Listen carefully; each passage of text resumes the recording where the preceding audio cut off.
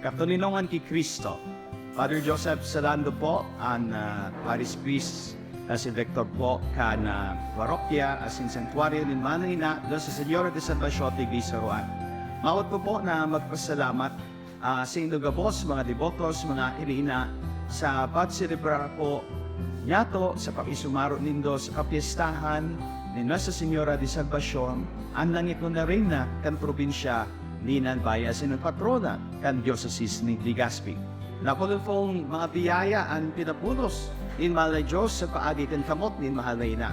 Mga tao na minsan sa silang kapagalan, nagbuhos kan sa silang oras, kusog, talento. Salamat po sa inyo, gabos. Sa mga devotos na minsan harayo, nagsumbo, ali sa manlaylay na pati Katolikinas, uya dili po. Igo kitang bisita ng mga taga-Quiapo, mga taga-Antipolo. Inibahad ang imahe ni Bernende Antipolo as in Nuestro Padre Jesus Nazareno.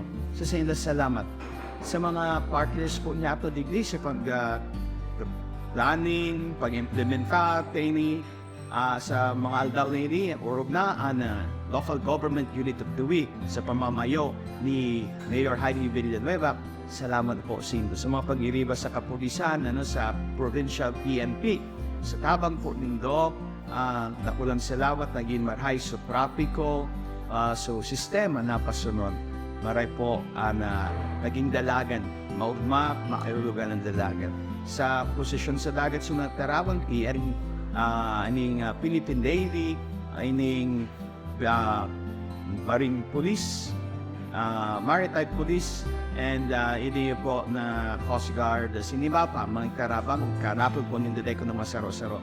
Salamat na maray po sa Singo. Sa mga donors, sa mga benefactors, sa mga nagtaon ng anuman, bagas, tubig, pagkakan, ngudyan ng mga aldaw, dahil kita ng pinakakan for engage, ural daw, halos mapapakakan kami dahil mababa po sa MNN like this. Kando binaryo, yan ang dahil nagbababa sa payment rent. Kung napaano may ining simpleng parokya, dahil sa pagiging matinaw po. Sa mga rinanihan ko, as in dahil duwag isip na magsaog, no? Minsan si may kasimplihan kan buhay ninda. So mga pobre na minsan bayo pero ano man ang dinulot ninda, nagulang salamat po sa Singo. Sa mga nararanihan tapo pirmi na din sawa na habang bahala na po ang na Diyos na magbalos po sa Singo. Kanakin ko siguradong day may tataramdigdi. All ang nanilinawan, day mga naranan. Pero ang Diyos ang nakakaaram. Ang Diyos na po ang bahala na magbindisyon po sa Singo. Ang mahalay na, niya po sa pagantabay sa Singo.